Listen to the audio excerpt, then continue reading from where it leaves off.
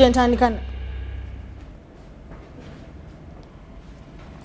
very good evening and welcome to UBC News Tonight. Let's take a look at our top stories of the day.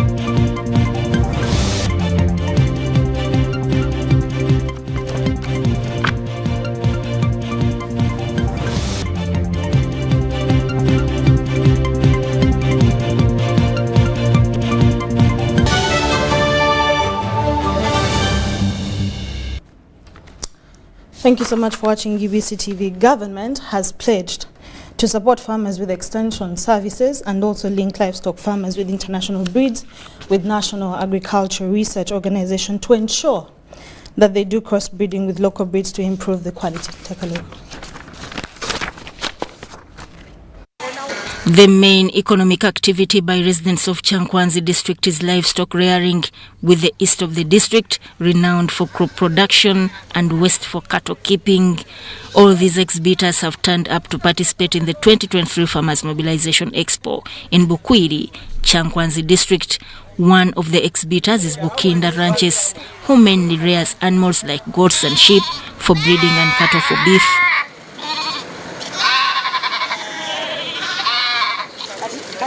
While at this farm, the Prime Minister said government supports such farmers through giving them extension services. Provide them with the extension services, because we cannot go giving everybody support money. What you people I'm tired of money. Extension service is the way to go. A farmer who has started on his own like this one needs the extension service. That's all. He has his money.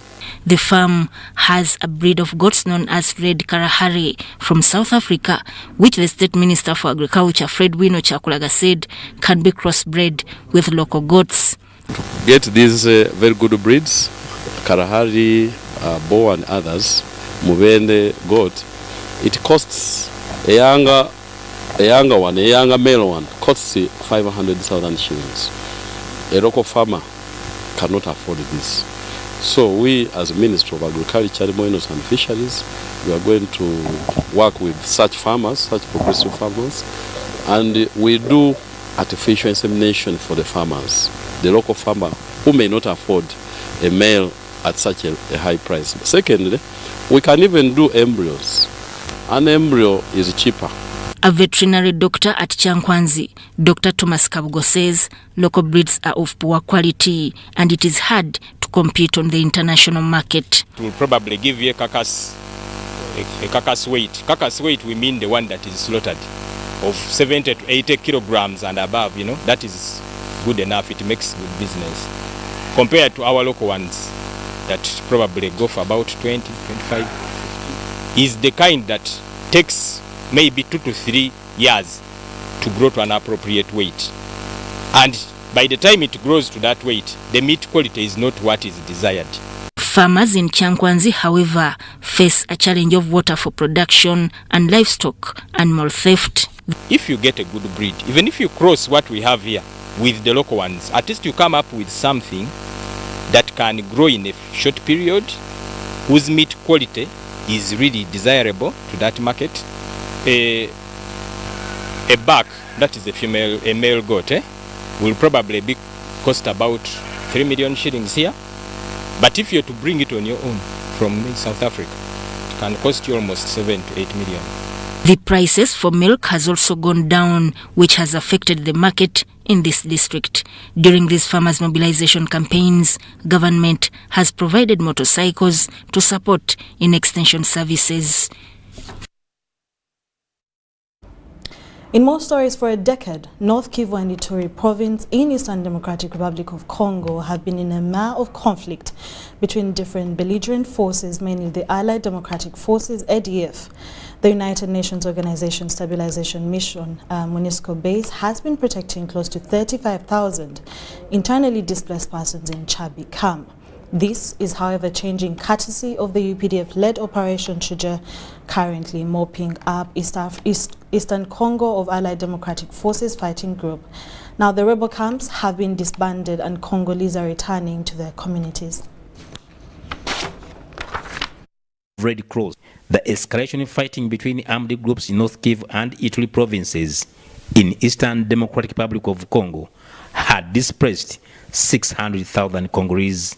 For over 10 years, Chabi IDP camp has been home to over 35,000 Congolese, living as internally displaced persons in their country in fear of being attacked by ADF operating in their communities. The camp was next to MONUSCO peacekeeping base in DRC. Congolese who fled the ADF insurgents were living here in these designated makeshift shelters, while the remaining portion depended on host families. Nguvu, unaona kama mnapiga adui sasa anakuwa nje ya eneo yetu ya Boga. Ile tunashukuru sana president yetu Felix ya Republic Democratique du Congo na president ya Uganda kwa kazi kubwa walifanya kusudi amani ipatikane hapa.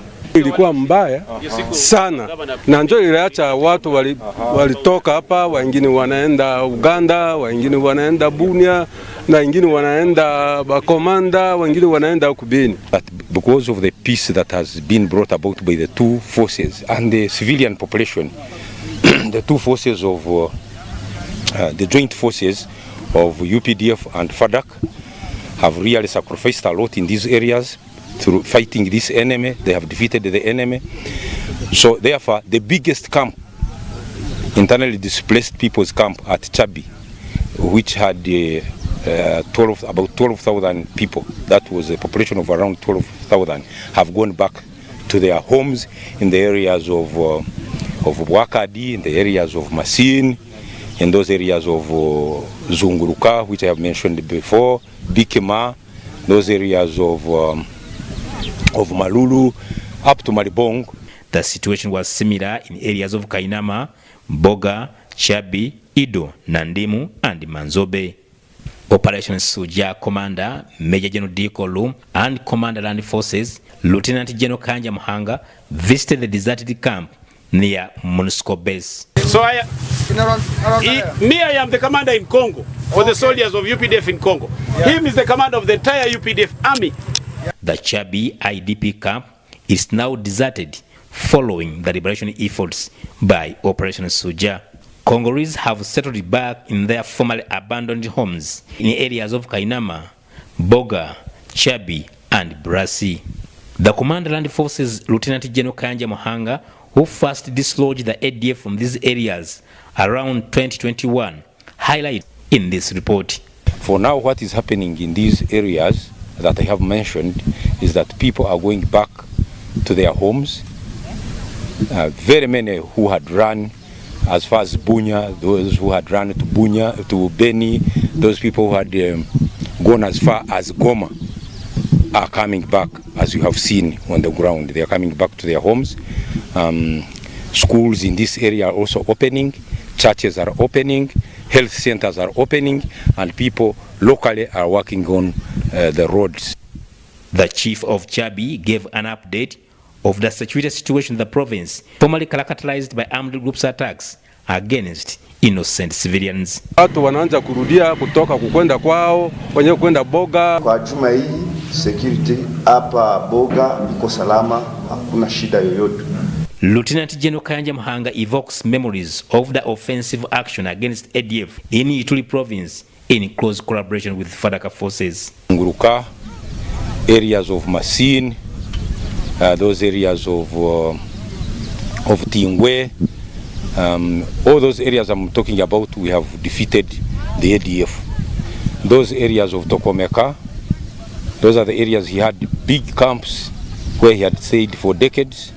Those areas of Ido, Ndimo, those areas of Mount Hoyo. Mutesa Sila Haruna, UBC News. Thank you so much, Mutesa Sira. On a brighter side, with breaking stories, Joshua Cheptegei has just won a gold medal in World Athletics Championship in Budapest, Hungary. He's the first person to win it 3 times in a row and in history. Take a look.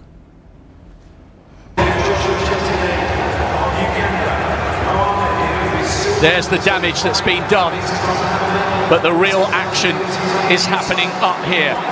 It's anyone's race, this.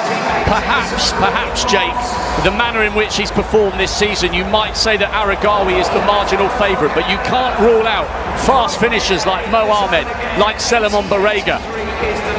I think that's one of the beautiful things about 10,000 metres is that we don't get many opportunities to see these athletes running over this distance.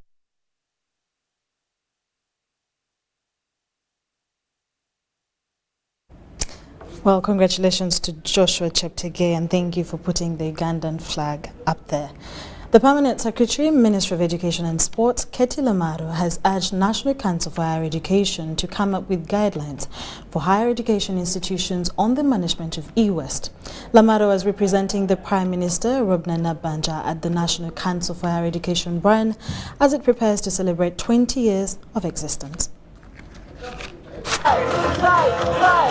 Hundreds of students from higher institutions of learning, their administrators and members of the public embrace the National Council for Higher Education run as it prepares to celebrate 20 years of existence. The run held at National Council for Higher Education headquarters in Ntinda was anchored on the theme protecting the environment in higher education institutions through proper e-waste management. The Permanent Secretary, Ministry of Education and Sports, Kate Lamaro, represented the Prime Minister, Robina Nabanja, and emphasized that high institutions of learning need guidelines on e-waste management. E-waste is discarded electronic appliances such as mobile phones, computers, and television sets.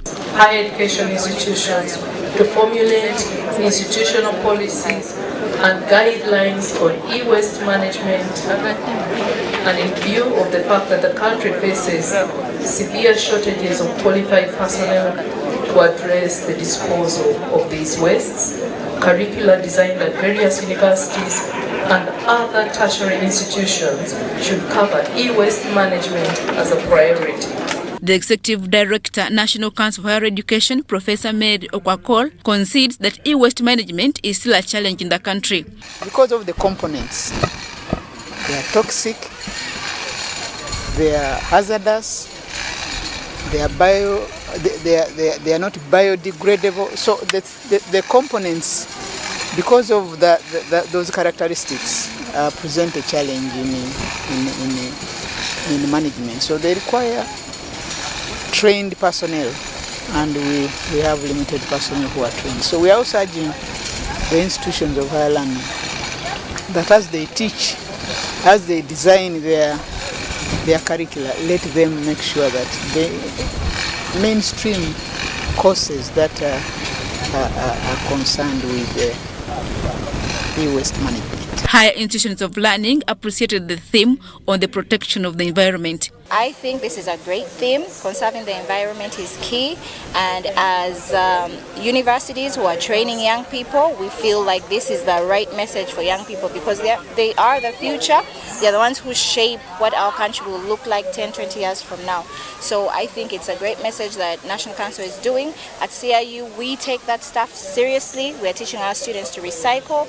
Our campus is green. We are encouraging growing plants. At Advance, we have a program called Complementary and Alternative Medicine. Complementary and Alternative Medicine, where we harnessed the herbs and the natural environment and turn into drugs and the chemicals. So we invite you to come and participate in this environmental conservation by turning the environment into a useful resource. More so, especially to our young ones. Higher institutions of learning in Uganda, we value nature, we value environment, and we encourage planting trees and not cutting trees. For example, University of Bugama University, we are green campus, we have a forest around, trees all over the place.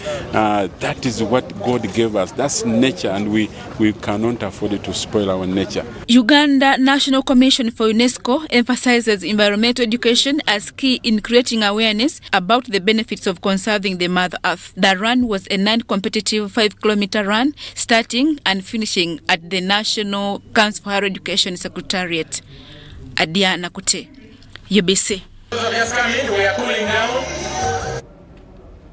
President Yoweri Museveni has called upon members of the Afro-Arab Youth Council to prioritize politics of interest for maintaining peace and stability among member nations. He emphasized the importance of promoting ideas centered around interest rather than identity, citing the negative impact of politics based on tribes and religions. During a meeting with the Afro-Arab Youth Council delegation, President Museveni shared his experiences from Uganda's history, highlighting how the country overcame similar challenges by focusing on balanced policies. He stressed the significance of interest-driven ideology and urged the youth to foster cooperation between African and Arab countries. President Museveni pledged support to establish the Afro-Arab Youth Council's international headquarters and advocated for their participation in the Arab Africa Summit. The Council's President, Dr. Abdul Hadi Lahweji, discussed plans for developmental programs in Uganda, including education initiatives and medical camps. Then between the Christians and the Muslims. كان عندنا مشكلة بين المسلمين والمسيحيين. And then the tribes. بعدين قبائل. That's why in 1962. لذلك في 1962. No party could get majority. لم يكن هناك أي حزب تستطيع أن تنتصر في أي انتخابات بالأغلبية. Because the political parties were based on identity. لأن هذه الأحزاب كانت مبنية على الهويات. Catholic, Protestant, Protestant, the tribes, القبائل. So that's what our input was rubbish. What is important is not هوية, it is مصلحة. نحن لذلك قلنا فمداخلتنا كانت أنه المصلحة وليس المصلحة فوق الهويات. That was the real new idea. فهذه الفكرة الجديدة. So that's what your youth group should clarify that. فمجموعتكم هذا يجب أن تقوم بتوضيح ذلك للشباب. What is the ideological position of this group? ما هي الموقف الأيديولوجي لهذه المجموعة أو لهذا المجلس؟ Because ideology is like medicine. لأن الأيديولوجية مثل الدواء. It's like when you look at a patient. وتشابه مثل ما تنظر إلى شخص مريض أو مصاب. You must diagnose his sickness. يجب أن تقوم بتحليل أو فحص تشخيص المرض. What is he suffering from? لابد أن تعرف مما يعاني، من ماذا يعاني من ماذا يعاني الشخص. Because if you don't get the correct diagnosis. إذا لم تتحصل أو إذا لم تتمكن من الحصول على تشخيص السليم أو الصحيح. There is no way you will get a correct prescription. لا يمكن أن تجد وصف دواء يعني مناسب أو الذي ممكن.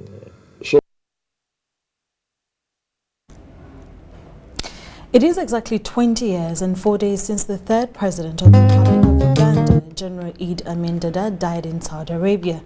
A memorial lecture is being organized in his honor.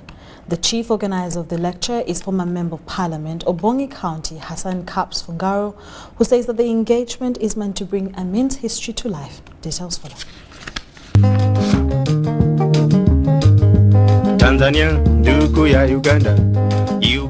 A lot has been written and said about him.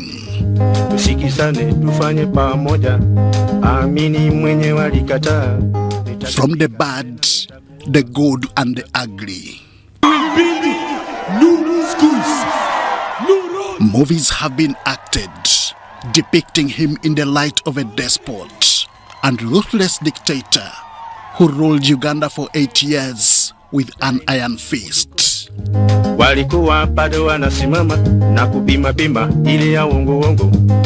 Music has been composed to show the general life of General Idi Amin Dada, both as president of Uganda and as an army officer.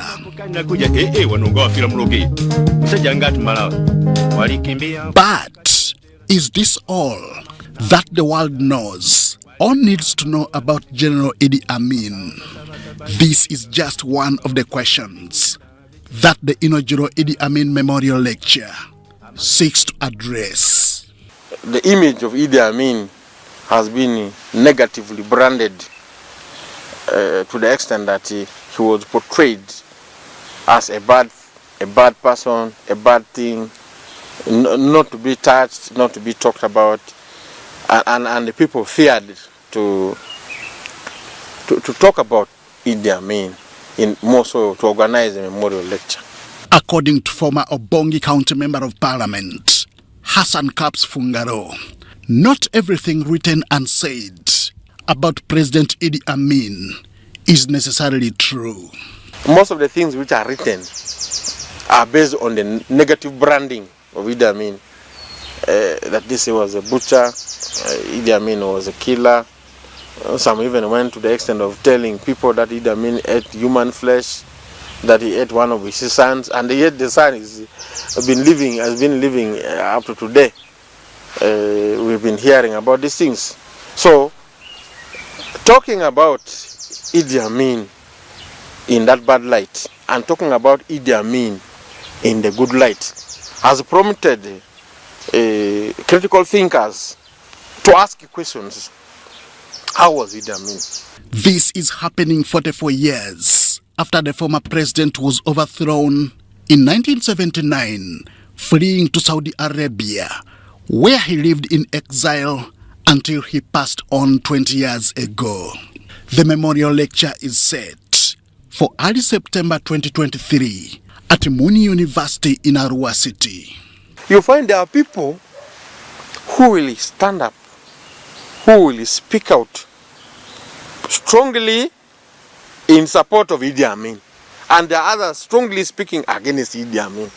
So the picture of Idi Amin, really, in the court of public opinion, in the ordinary Ugandans, is very confusing. You cannot say Amin was good and you go away unchallenged. You cannot say Amin was bad and you go away unchallenged. So we want to re-examine this. The lecture comes with infrastructural development projects with higher institutions of learning in the West Nile region standing to benefit. There are people who want to establish universities in memory of Idi Amin. And to that effect, when we said all these things, Muni University has submitted us this. They have projects also they have designed which they want to have constructed and sponsored in memory of Idi Amin. One here is a multi-purpose learning and business center in Muni University. General Idi Amin forcefully took power in 1971 from President Apollo Milton Obote, ruling by decree up to 1979, when he was overthrown, fled to Riyadh in Saudi Arabia until he died in 2003. There are certain records in the minds of people, in the hearts of people, which are not written down. So we want to do this memorial lecture in a way to tickle the minds of people to do research. The inaugural lecture is scheduled for early September 2023, with South Africa's opposition leader, Julius Malema, expected to be the keynote speaker. Henry Okrut, UBC. Thank you so much, Henry Okrut, for that brief history on the late Idi Amin. Now, the Minister of Trade, Industry and Cooperatives, Francis Mwebese, has urged residents of Butambala district to avoid destroying forests and the environment for the sake of income. He made the remarks during a field tour to Butambala district, where he inspected private forests and timber processing factories following the presidential decree on the exportation, ban and sale of timber. The Minister of Trade, Industry and Cooperatives, Francis Mwebesa, has been on an inspection tour of all forests and various natural reserve areas, timber yards and factories across the country to ensure that no one exports timber. This is in reaction to the recent presidential ban on timber exports. Mwebesa met with the Butambala district leaders, mainly RDCs, COWs, DPCs, environmental officers, among others, at the district headquarters. Minister Mwebesa then visited the private forests planted by Ambias Tree Farm, covering more than 600 acres. Mwebesa implored the Ambias Tree Farm Director Joseph Chimba for the stride in environmental conservation, who also shared the ordeal of his initiative.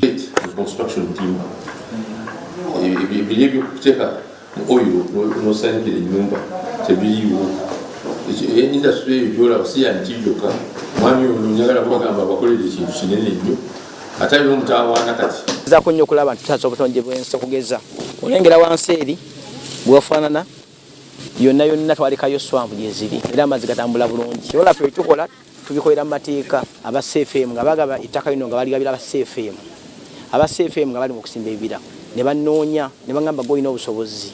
The team proceeded to a timber processing plant and plywood factory, which is being constructed by a prominent businessman, Joseph Chiyimba. Butambala RDC Sulaiman Butcher encouraged the residents to grow trees for sustainable environmental management and for domestic use. Mu bibira oyina kusimbawo miti zibu waffe ebiseera ebisinga nga tubadde mu lukiiko lwa district eri we bagambye nti entangawuzi edda nnyo mu ttaka ly'ebibira.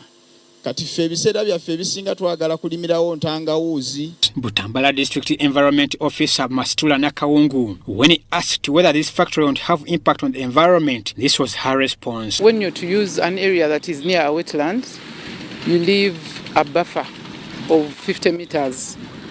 And Ambia's tree wood processing plant is going to respect the buffer. Behind me, the part you're talking about, that which is a swamp, it is going to be conserved. It is going to remain a green space. He's only going to use the upper part. That is where the construction is going to be ongoing, but the lower part, it is going to be conserved. And our duty as the technical people is every officer is aware of their duties. The labor officer will come in, the community development officer will come in, since this is a community development. For me, in charge of environment, this factory acquired a NEMA approval. It has got a certificate. So it is operating within the rules and regulations of the National Environment Management Act. The minister's inspection visit was concluded in Lukaya at a plywood processing plant, where all activities were on a standstill following the president's decree on ban of timber exportation. The management, led by Zongo Shwanga Kwan, lamented on how they have incurred losses since the implementation of the president's order. This project we already invested $3.5 million because in the beginning we thought this is a good project because we have a partner who has a lot of trees, and we welcome the ban for one you added. Ivan Juko, Kenneth Tanaba for UBC. For the past 4 years, barley growing has improved in the southwestern part of the country and the eastern part of the country. This has been attributed to the improved agricultural practices and climate. As our reporter highlights, Uganda currently exports barley to South Africa. Watch. Cheptegei region, once known for Irish growing, cabbages and other thriving crops, has since taken on the growing of apples and barley. Driven by a ready market from beer company Now Breweries, 50% of homes are now growing barley as a cash crop, and indeed lives have been transformed. To many, the option of renting land as well as utilizing both the hills and the wetlands is yielding as they interchange with other crops depending on the season. A variety of barley growing includes the Nguzo hybrid, Sabine and Karen, all favored by the tropical climate and East African soils. As a norm, Now Breweries conducts Farmers' Day festivities where barley growers are invited for advanced agricultural practices, financial literacy practices, where savings are part of the tutorials. We depend on these farmers for growing barley, but we also want to ensure that they have the crop is profitable for them, and the rewards and the yield they get from the farm and the money they actually collect from growing the crop is actually well invested. Apart from the trainings, farmers in Lubanda, Kabale were rewarded with agriculture tools to ease their farming practices. The village savings and loans associations also have certain limitations. The working capital usually is not enough, so they may not be able to lend to farmers all the money that they need. But as a company, we feel we've also introduced other significant incentives to these farmers. The kind of incentives that we feel should encourage many of them to grow barley. First and foremost, our market is stable. Now Breweries is currently using 100% homegrown barley and sorghum for its beers, and currently contracted 25,000 farmers in the southwestern, northern and the eastern part of the country purchasing product worth 109 billion for the local farmers annually. Ngabo Amon reporting for ABC TV. The resident district commissioner in PG District, Hassan Kasabante, has called for more vigilance in regards to eviction of people due to political differences. Kasabante revealed this secret during a vocational skills exhibition that was held at Johannet Vocational Institute in Kamengo Sub-County in PG District. The resident district commissioner, Mpigi District, Kasibante Hassan, is optimistic that once Ugandans can avoid disunity amongst themselves and the neighborhood, they are liable to benefit from their economic endeavors in their daily hustles so as to strengthen their economic potential.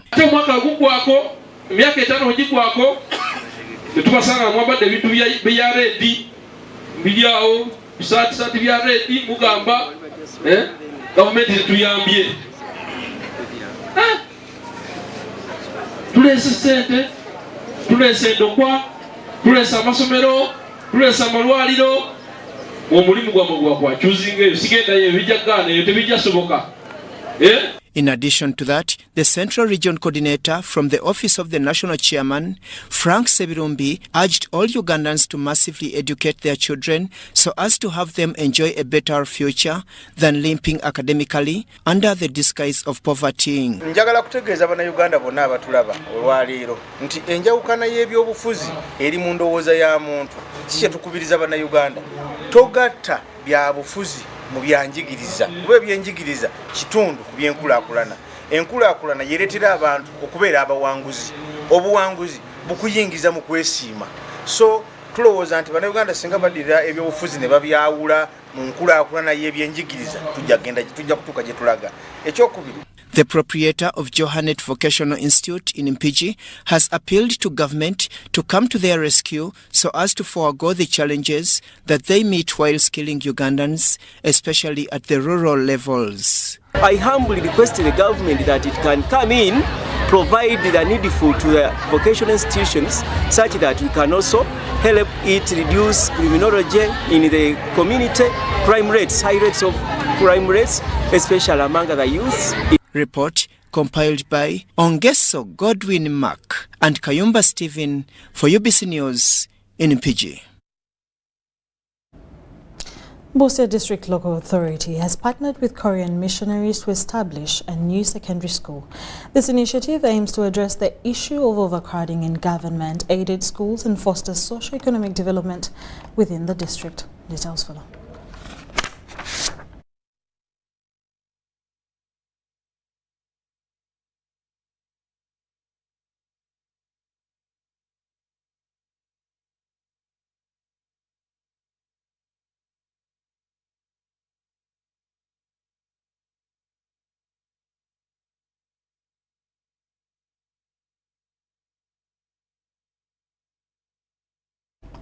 We're so sorry about that mishap, but we'll definitely have this story in our next bulletin at 10 p.m. Moving on from that, the Executive Director, National Children's Authority, Martin Kiza, has offered childcare skills to students offering social work from Makerere University, Kampala International University, Cavendish University, and Chambogo University. The informative session held in Ntinda aimed to equip them with aspiring professionals with the tools and understanding required to support children in their communities effectively.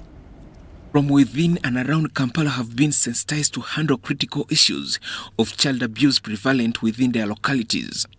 The Executive Director, National Children's Authority, Martin Kiza, urged them to translate their acquired knowledge into practical action by actively assisting children in need, particularly those who fall victim to abuse. So we are turning them into training of trainers of trainers, in that out there they must play their role as students of social work in support to child well-being. So we've availed them with various materials, including child rights posters, booklets, and various information pertaining to child protection. Stressing the urgency of the matter, he emphasized that neglecting children's well-being can have detrimental consequences for their future.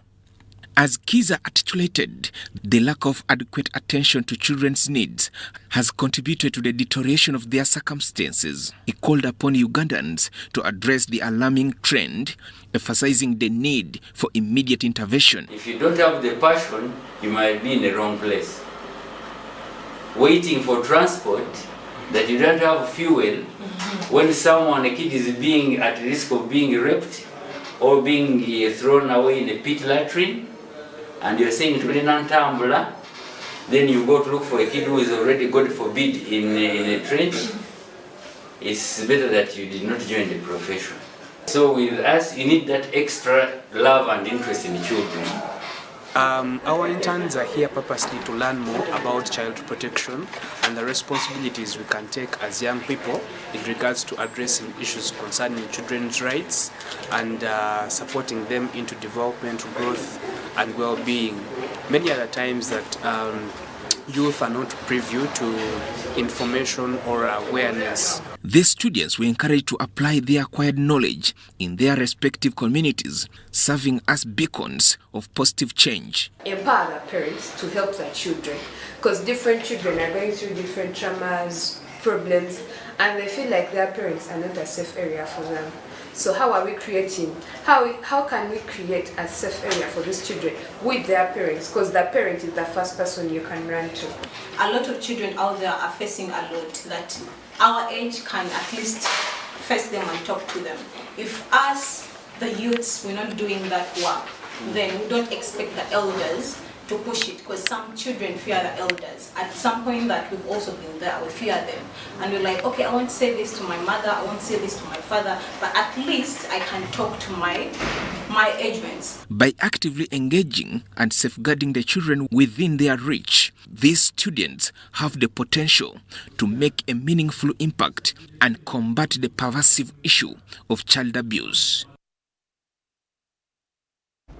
The implementation of inclusive education for persons with disabilities faces significant barriers, including physical limitations, inadequate infrastructure, scarce learning resources, teacher capacity gaps, and prevailing stigma. These impediments have been underscored by a special needs education assessment survey in Kayunga district conducted by the Ugandan National Self-Advocacy Initiative. The survey revealed that children with special needs remain among the most marginalized in society.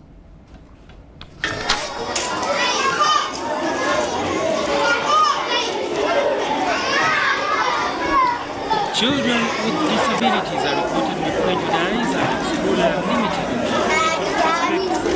In most communities, disabilities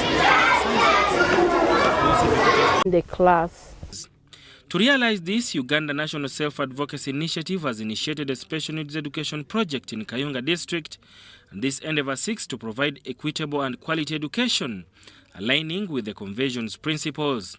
So we recommend for inclusive education that calls for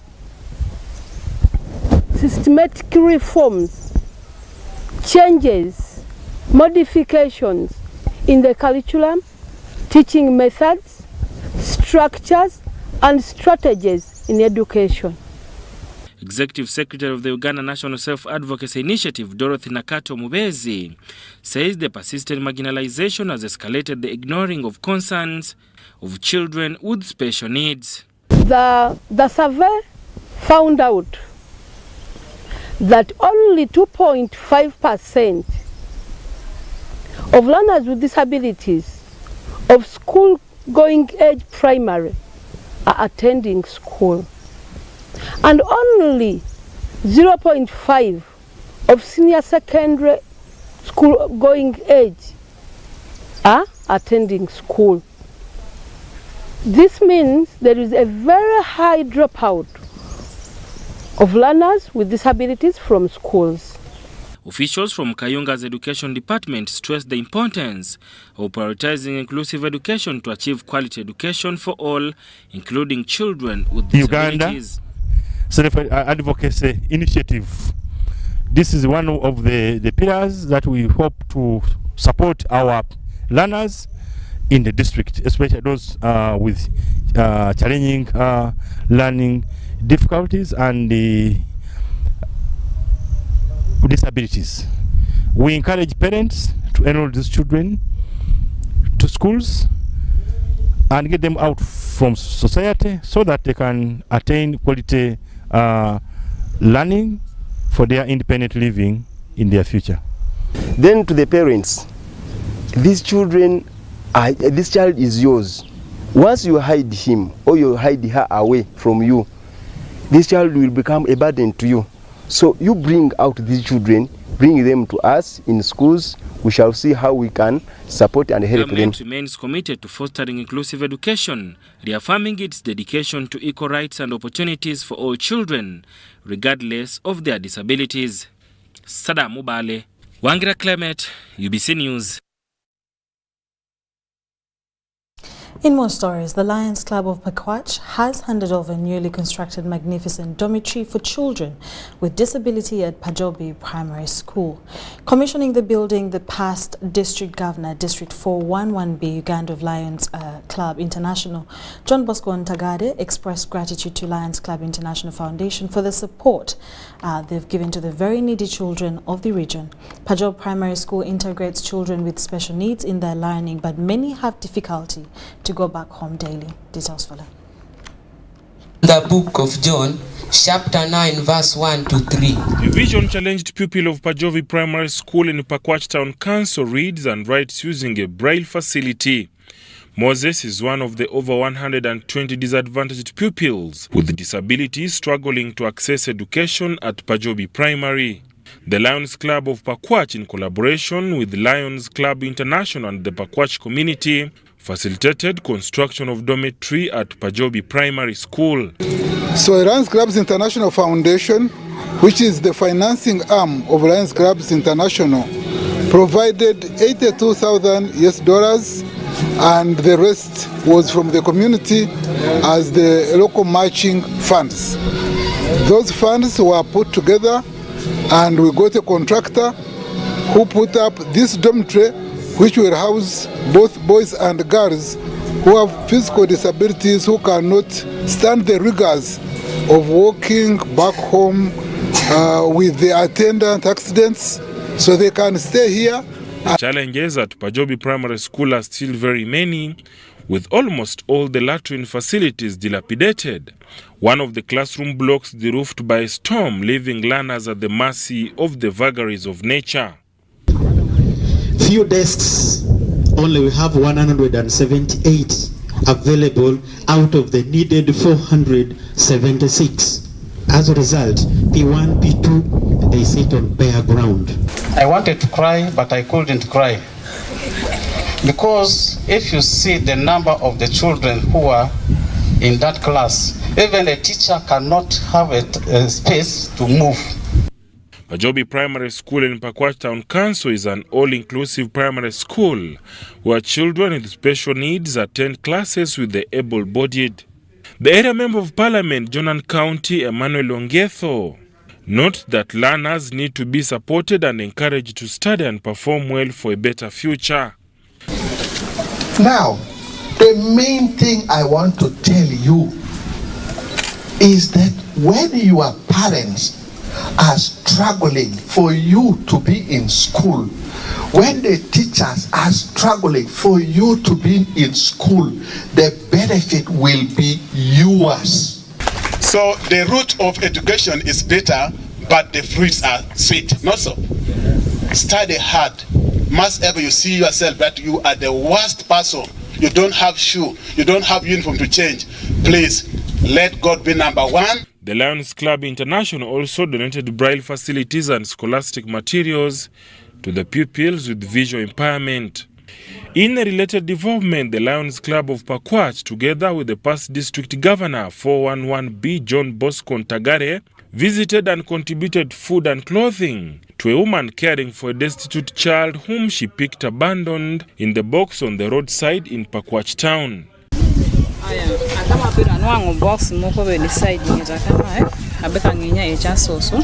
So where she was waiting, there was a box, and she thought that was some rubbish, because she was waiting to give money to the border to go. And from the circumstances we have had, which you got the baby We want to thank you for your kindness. The Lions Club of Pakwach has also sworn in a new board for the 2023-2024. Lionistic here with educationist Seraphine Awachango sworn in as the Lions president and former UBC manager Ali Oduka as the first vice president.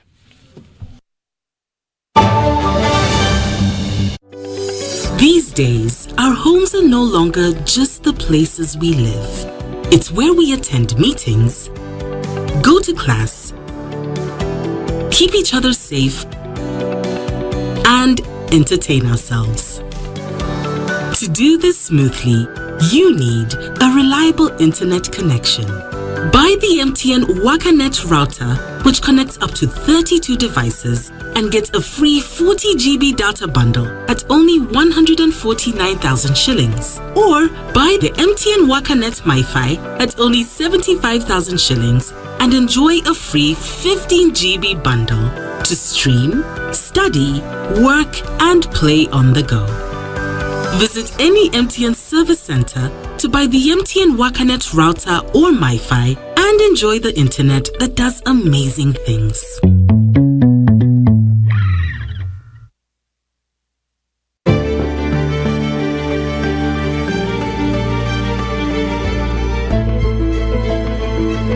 Uganda's oil and gas activities are undertaken in line with the updated environment legislation and benchmarked on international best practice standards in order to continuously ensure coexistence between the oil activities and Uganda's rich biodiversity. Following the award of the Environment and Social Impact Assessment certificates for the Kingfisher, Tilenga and East African crude oil pipeline projects, various environmental and social management plans have also been developed to ensure sustainable development of the projects.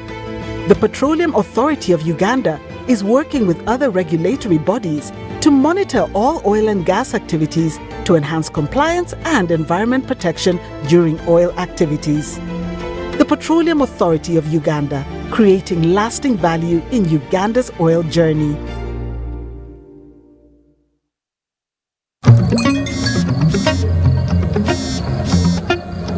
Hello, darling. Hi, Granny. What did you do this weekend?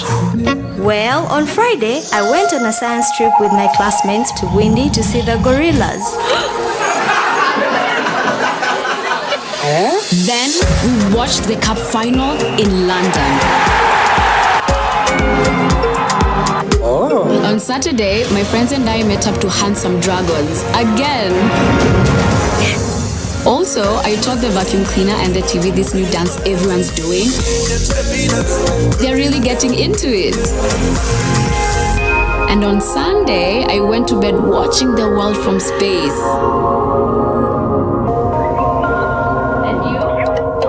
Yeah, seriously, Granny. With Airtel 5G's lightning-fast speeds and seamless connectivity, you won't believe what's next.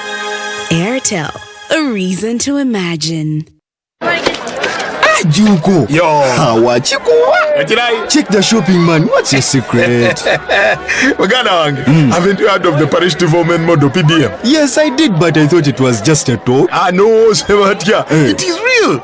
I and a few friends together formed a circle, accessed money from the PDM, invested in a portrait project, and now things are moving. Juko. I thought I was one of your friends. You are. But you left me behind. I didn't leave you in poverty. What you do, just visit your LC2 chairperson and your parish chief and start the process of economic transformation.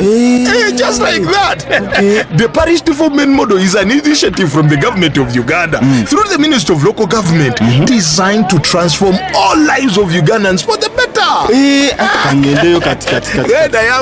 PDM, my parish, my development, my life. Upgrade your lifestyle with the all-new entry-loaded Chillax voice bundles. Now, call all networks in Uganda with Chillax voice bundles. Call all networks, no expiry, no worries. Dial *100 *1# and select call all networks. Airtel, a reason to imagine.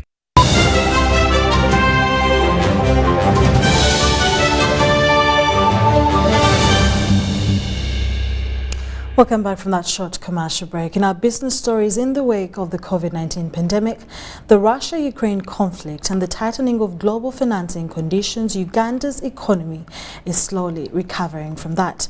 The chief executive of Stanbic Bank, Anjuko, says that the bank has been able to strategically navigate these difficulties with its endeavors, yielding impressive results with a robust double-digit revenue growth and a profit after tax in the first half of 2023.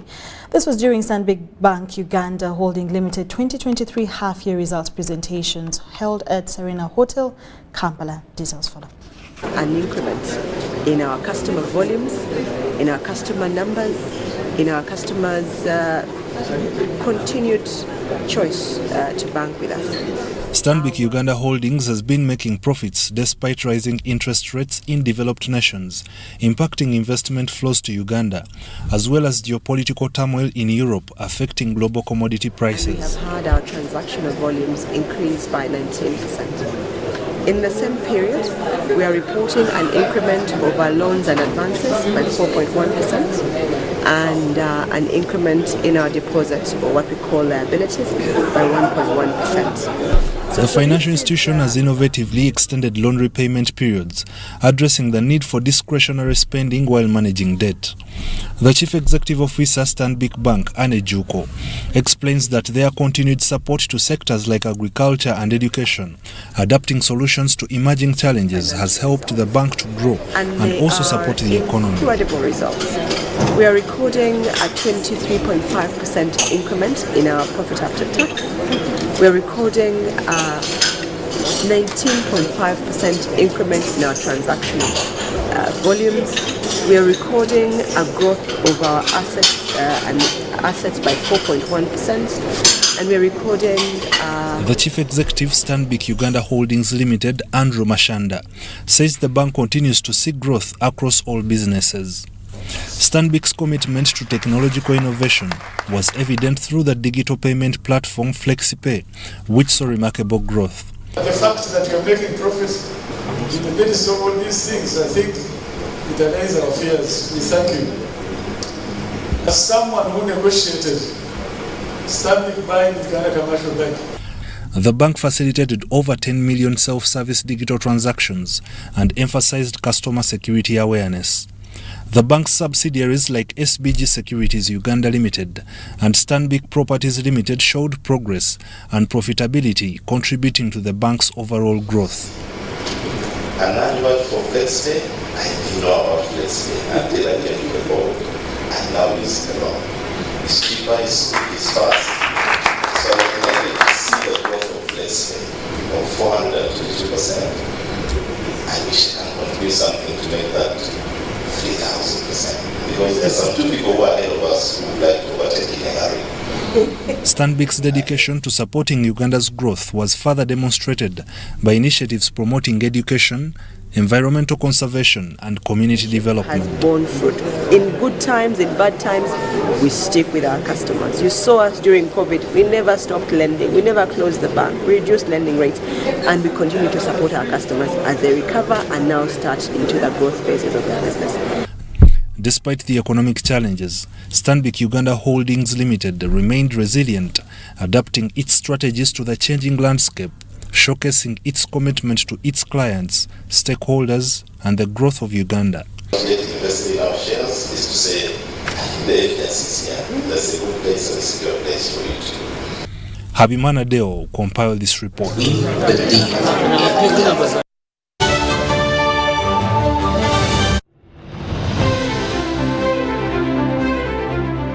And in talking news, MTN has improved on their data voice bundles. You can now call across all networks for the same price. We've talked to several eyewitnesses on the ground, and this is what one of them had to say.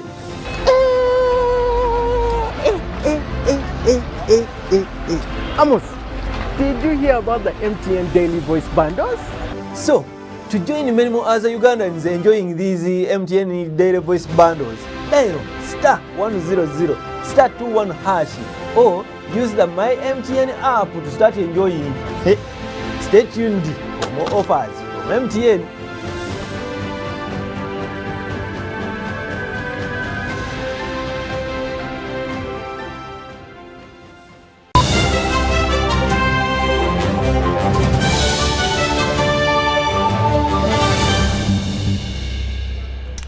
In our sports stories, England's wait to win a first Women's World Cup title goes on after Spain deservedly triumphed in the final in Sydney. The Lioness, looking to become the first England senior side since the men's team in 1966 to win the World Cup, suffered a heartbreak after being outplayed by a Spanish side full of flair and creativity.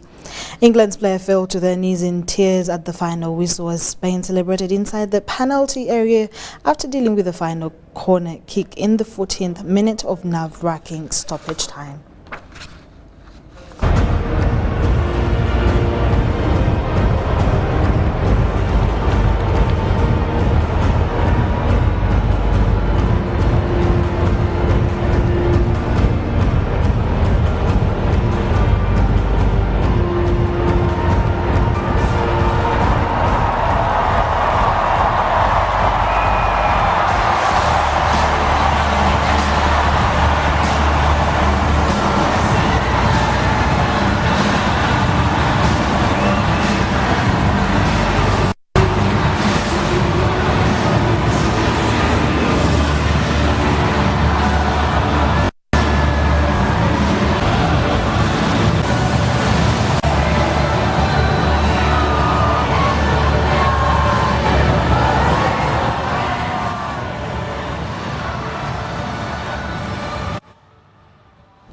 That's all we had for you in this hour. Do join me again at 10 p.m. for more news coming your way. My name is Sharon Chomdisha. Stay tuned for more programming. Bye-bye. Thanks for tuning on UBC. My name is Kutesa Mili with your weather update. We are having a reduction in weather activities in most parts of our country. And this is due to the region that is over the tip of South Africa that is both continental and maritime, pushing the rain belt far north of our country, hence leaving us with dry conditions, though some other areas are still having spillover of rainfall due to our local effects. Tomorrow morning, though, we expect to wake up with sunny conditions in the central part of our country, in the west, in the central and the eastern part of the country. Even in the north is going to have sunny conditions. But afternoon hours, we are seeing a change, a pickup of light showers in the central part of our country, in our capital city, Kampala, and Masaka, but the rest of the area to have sunny intervals. In the eastern part, we're having a light showers picking up in the Tororo and Jinja sector. Apart from Salt, we are having sunny conditions at maximum 33 degrees Celsius and 29 for the rest. The western stretch with sunny intervals at maximum 29 degrees Celsius across Masindi and 32 across Kasese.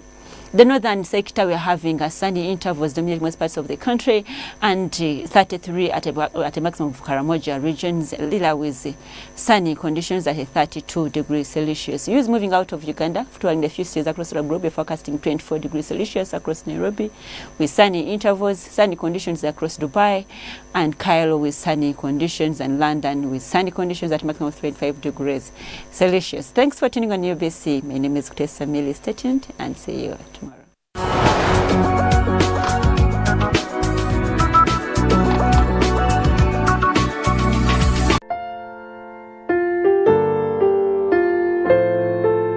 A Plus Funeral Management, on behalf of the family of the late Stanley Wabudea of Namisindwa with deep sorrow, announced the death of their beloved Sam Timbe, which occurred at Nakasero Hospital on Sunday 20th August 2023. Vigil will be held at their home in Kavumba, Wakiso District today, 20th August 2023. There will be a funeral service at Namirembe Cathedral on Monday, 21st August 2023, starting at 10 a.m. Thereafter, burial will take place in Namayumba, Kaloke at 2 p.m. Informed are Uganda Revenue Authority Football Club, management and staff of Uganda Revenue Authority, Uganda Premier League Federation of Uganda Football Association FUFA, Confederation of African Football CAF, relatives, friends and in-laws. May his soul rest in eternal peace.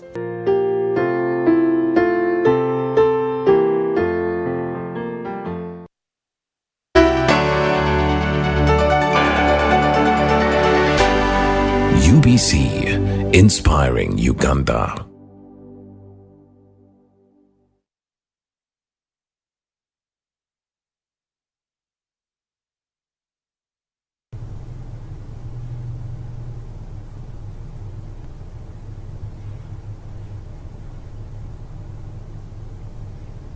You know, Mama say attitude to life is really more, what can I do for the weak? What can I do for those that are not in the radar screen? What can I do more? What is my role in helping those that have been either forgotten or left out by some design, whether by human exclusion or otherwise? That's what I saw from her, because even the work with orphans, there was no program in the country. She had to bring in her own effort and mobilize women, mobilize donors, mobilize partners, and we handled that matter. So I would like also to say to the women in particular, that since I understand that they do so much in Karamoja, they are therefore a powerful group, it is important that the women fight for peace first, and everything else will be provided as a result of that. Mama's name is Nakiru. Nakiru, remember, Mama came in Karamoja when Karamoja was on its knees. In all terms, socially, economically, security-wise, future, Karamoja was completely at the rock bottom. Karamoja, Mama came when there was a lot of famine and height of poverty. At that time, we were talking about 85% people living below poverty line. Literacy rate was 11%. There was a lot of total destitution of our people. That was the time when the insecurity was at its height. And you could not believe, actually, I remember at that time, you know, I said to myself, I don't think I will live to see a peaceful Karamoja. We just saw, and we were so desperate as young Karamojong. Now, Mama comes, there was famine, there was no food, the place was dry, and people were actually living a life of, we don't know whether tomorrow we will be alive. Now, at that time, when Mama was appointed, she comes to Karamoja, and the week she's in Karamoja, God opened rain. We didn't know where the rain came from, and rain after day after rain, and then people said, who has brought this rain? Because this is not what we are used to. And the only difference was that Mama had stepped in Karamoja as our minister. People all agreed her name will be Nakiru. Nakiru is the giver of rain. Rain is the source of life. For us who live very far from Lake Victoria, water is a liter of water is a very serious issue. We appreciate it so much. So when God gives you barrels of water through rain, she was baptized our rain giver, Our Lady of Rain, Nakiru.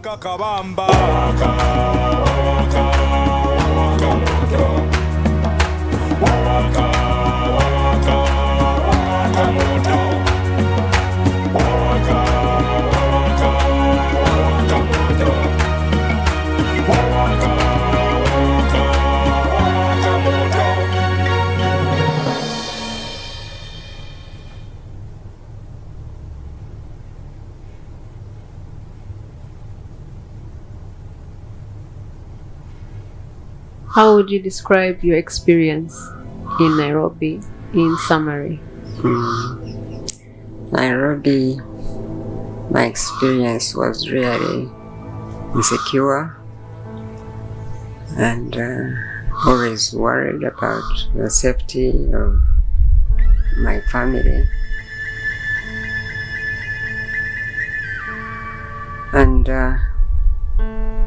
And so I always had to be very, very careful where the children went, how they went there and how they came home,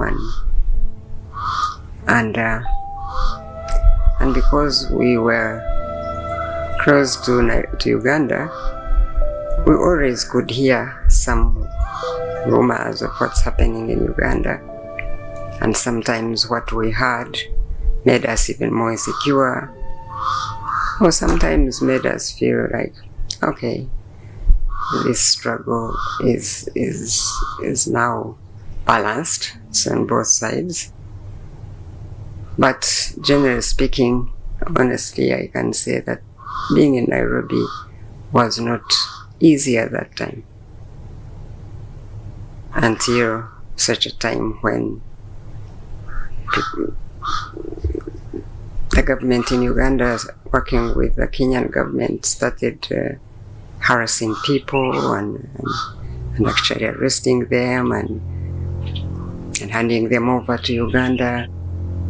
And so that made it absolutely clear that living in Nairobi was not the safest place to be. And maybe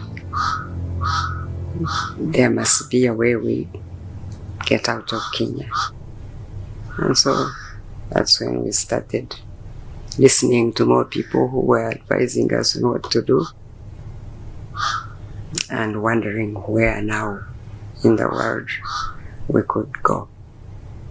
President Obote had agreed with President Moi to exchange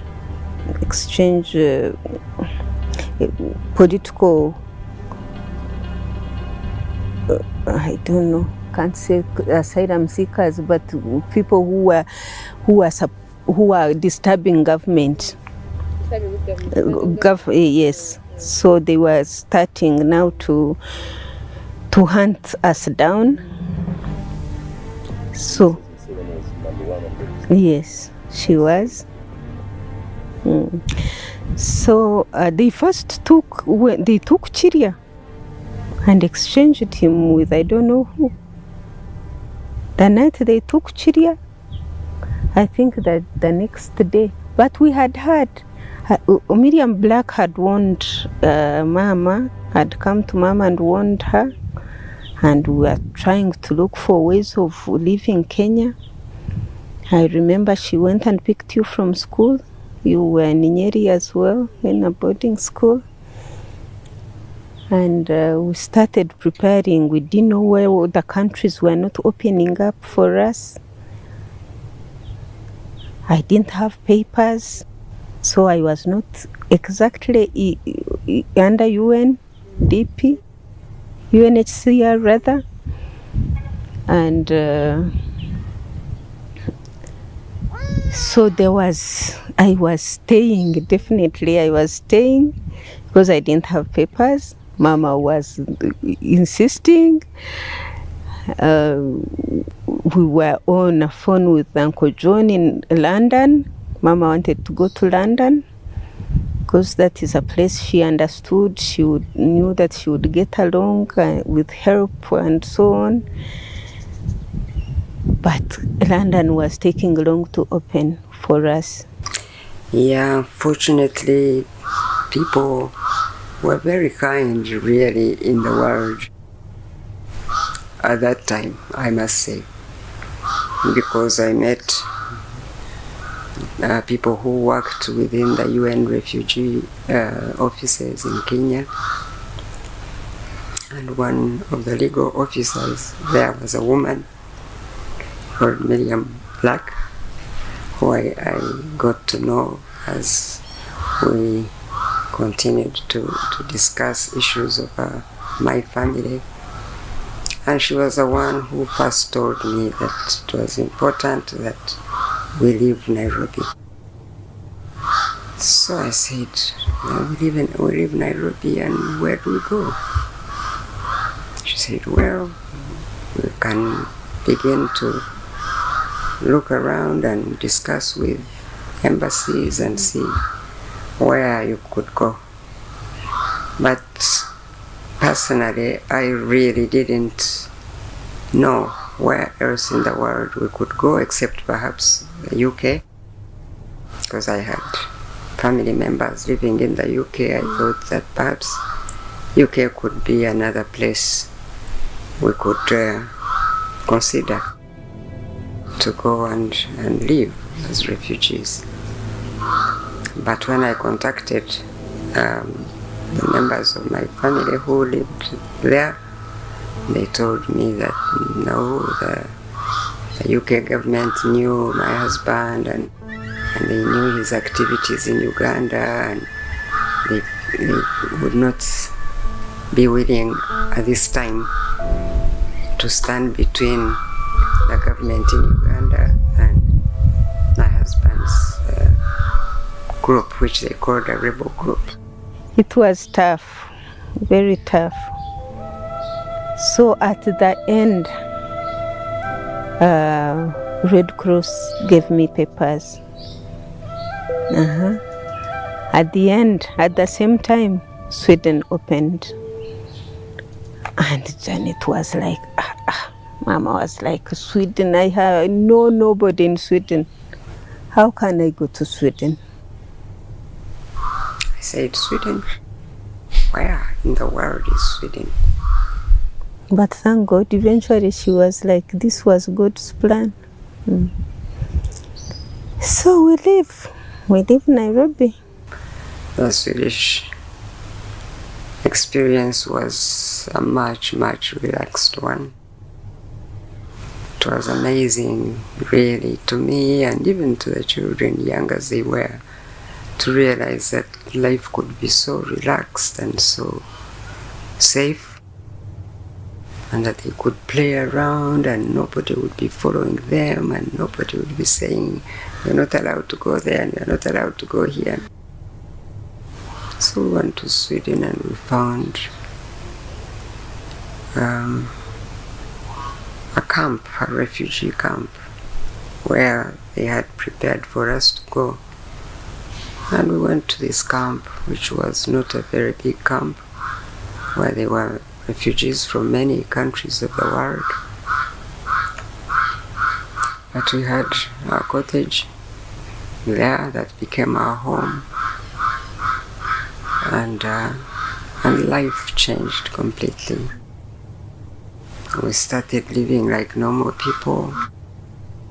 Our children started going to school within the camp. And the little ones, Patience and Diana, went to a kindergarten also within the camp. And so we really felt at home, and people were very kind and very welcoming. And so our experience in Sweden taught us a lot about life. I saw directly when she came in my room that it was a special lady. It was not an ordinary people, because she moves and she is a little bit special. I worked also with other Ugandan refugees, but I saw directly it was something special with that woman. And after 2 or 3 visits with me, I asked her directly, who are you? Because I can see that it's something special with you. And then she explained for me that I have a background that the other hasn't. So she explained that she has been married with a man who was a minister in an old regime in Uganda, and now they were refugees. So yes. At what point did you see a possibility of returning home?